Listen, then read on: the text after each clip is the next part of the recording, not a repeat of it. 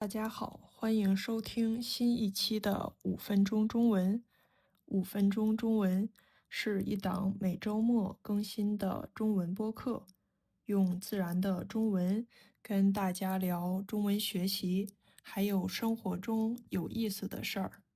如果大家听了我上一期节目，应该知道我已经回到中国了。虽然回国才1个多星期，但是已经见了很多家人朋友，每天挺忙的。回来之后，很多人给我接风。接风是什么意思呢？简单的说，就是欢迎一个刚刚从外地回来的人。一般来说，家人或者朋友会请你吃一顿饭，表示欢迎。所以这段时间我也参加了不少这样的饭局。那我回国前，在美国的中国朋友就跟我说：“哎呀，真羡慕你呀，终于可以回国吃好吃的了。”我当时也是这么想的，毕竟在美国平时吃的比较简单，中餐的选择也不多。而中国的中餐，无论是口味的丰富程度，还是菜品的多样性，都是美国的中餐不能比的。不过这次回国，我对中餐的第一感受不是好吃，而是好油。就是我突然发现，很多中餐其实比我记忆中更油腻一些。我在美国平时吃的比较简单，可能也比较偏美式，而且不太在外面吃饭，自己做饭也不会放太多油，所以这段时间在外面吃了不少中餐，立刻就能感受到这种差别。很多炒菜端上来的时候，盘子底下就能看到一层油。有些菜看起来是青菜，好像挺健康的，但是实际上非常吸油。你吃的时候不会觉得特别油腻，但是不知不觉就已经吃进去很多油了。很多传统的北方菜，比如地三鲜、锅包肉，都是油炸或者过油的。那为什么饭店的菜总是比家里的菜更好吃呢？其中一个原因就是因为他们放的油更多。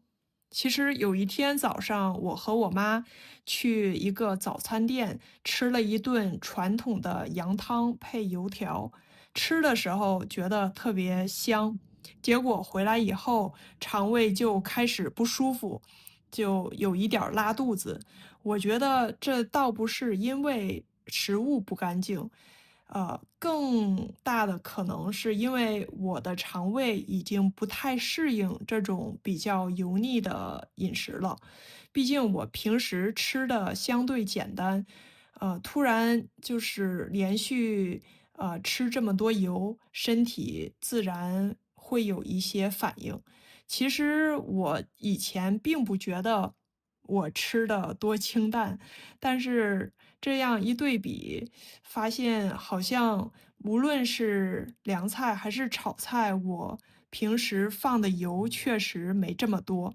其实关于这个问题，我之前在聊中国肥胖率的那一期也提到过，就是很多人觉得美国饮食热量高，但是其实中餐也有不少隐藏的热量，很多菜看起来很健康，但是实际用油量并不少，再加上很多菜会经过油炸或者过油的处理，所以热量上可能比大家想象中的更高。当然，中国不同地区的饮食习惯差异很大。我这里主要是说我家乡河北这边，就是至少根据我最近的在外面吃饭的体验来看，很多饭店确实会放比较多的油和糖。毕竟对于他们饭店来说，最重要的是让顾客觉得好吃，好吃了才有回头客嘛，所以这也是可以理解的。总的来说，这次回国我最大的发现之一就是，我还是中国胃，我还是很喜欢吃中国菜，但是我好像在饮食习惯上已经有一点美国化了，到中国反而有点儿水土不服。什么是水土不服呢？这个是指到了一个新的地方以后，因为环境或者饮食习惯的变化，身体有一些不适应的这种反应，所以我觉得这次回国以后，我也多少体验了一次水土不服。关于这次我回国的饮食体验，就跟大家聊到这里。